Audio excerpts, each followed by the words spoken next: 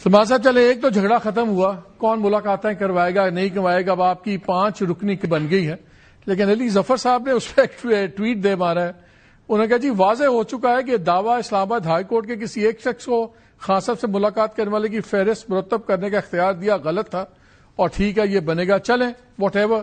لیکن بیرسٹر گوہر صاحب بھی آج ایک پروگرام میں تھے، انہوں نے بھی کچھ سخت باتیں کی ہیں. میں چاہ رہا ہوں تھوڑا سا آپ سن لیں، اور 2-3 کلیریفیکیشنز ہمیں اس پہ بھی چاہیے کہ بات چیت ہو رہی ہے یا نہیں ہو رہی. آفیشلی آپ کہتے ہیں نہیں ہو رہی، everybody else is giving mixed signals. ذرا سن لیں انہوں نے کیا کہا. پریکٹیکلی جو مذاکرات ہیں وہ ہمارے کبھی شروع ہی نہیں ہوئے. ہمارا ایک کنٹیکٹ ضرور اسٹیبلش ہوا تھا 26 نومبر سے پہلے. ایک ہارٹ لائن تو لوگ اسٹیبلش کرتے ہیں تاکہ بوقت ضرورت ایک دوسرے سے بات کریں. ہماری ٹرسٹ ڈیفیسٹ کی وجہ سے وہ ہارٹ لائن ہمارا اسٹیبلش نہیں ہو پا رہا. علی امین صاحب کے تھرو ہی ہم یہ چلاتے رہے، اور پہلا جو ہمارا کنٹیکٹ اسٹیبلش ہوا تھا جس میں اور علی امین صاحب تھے، وہ بھی علی امین صاحب ہی کے مرہونی منت تھا. ابھی بھی وہ کوشش کر رہے ہیں، ہمارے وزیر اعلیٰ ہیں. اداروں پر سے اعتماد آلموسٹ اٹھ چکا ہے. اگر یہ ختم ہو گیا تو پاکستان کا نقصان ہو جائے گا. اسٹیبلشمنٹ رابطہ کرتی ہے تو بات چیت کے لیے جائیں گے؟ میرا خالد جائیں گے. میں نے تو کبھی کسی کو کوشچن نہیں کیا، and this is not right. شاہ سے زیادہ شادی وفاداری نہیں کہ آپ جائیں تو اس طرح ہو جائے گا، میں نہیں جاؤں گا تو اس طرح نہیں. ہم سارے کولیگز ہیں. دوسرا بھی چلا دیں جو انہوں نے کہا کہ سلمان اکرم راجہ ملیں تو وفاداری کوئی اور ہے. وہ کیا کہا انہوں نے؟ آپ ملے تو وفاداری، کوئی اور ملے تو منظوری نظر. 25 تاریخ کو بھی روکا گیا، وکلا چلے گئے، سلمان اس کا حصہ تھا، پھر کیوں آگے بڑھے؟ اس لیے نہیں ہونا چاہیے تھا. میں نے تو کبھی کسی کو کوشچن نہیں کیا، and this is not right. شاہ سے زیادہ شادی وفاداری نہیں کہ آپ جائیں تو اس طرح ہو جائے گا، میں نہیں جاؤں گا تو اس طرح نہیں. ہم سارے کولیگز ہیں. سلمان پہلے تو بتائیں آپ لوگوں کی جو یہ رفٹ ہے ختم نہیں ہوئی ابھی؟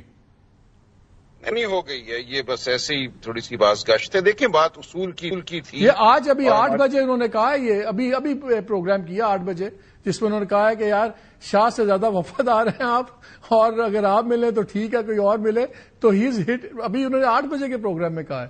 میں اس لیے پوچھ کوئی بات دیکھیں، یہ میں مسکرا کے اس کو ٹال دوں گا. دیکھیں جو اصول تھا وہ میرا کل بھی ٹھیک تھا اور آج بھی ہے. ہماری جو پولیٹیکل کمیٹی ہے اس نے یہ بات بالکل مان لی کہ جو فہرست ہم دیں گے اس فہرست کے باہر سے اگر کوئی شخص اندر جائے گا تو اس کو پارٹی کے ڈسپلن اور قاعدے کا منحرف سمجھا جائے گا. اس دن یہی ہوا نا، 6 لوگوں کی ہم نے لسٹ دی تھی، 5 کو روک دی.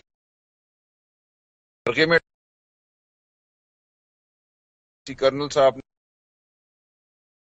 نے کہا کہ آپ آ جائیے.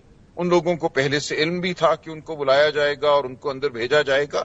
تو بالکل ٹھیک میں نے اس دن احتجاج کیا، اور ہماری جو پولیٹیکل کمیٹی ہے اس نے تائید کی. جو اعلامیہ ہم نے جاری کیا ہے اس میں بالکل وضاحت سے یہ کہہ دیا گیا ہے کہ اگر کوئی شخص بھی فہرست کے باہر سے جائے گا تو وہ منحرف ہوگا.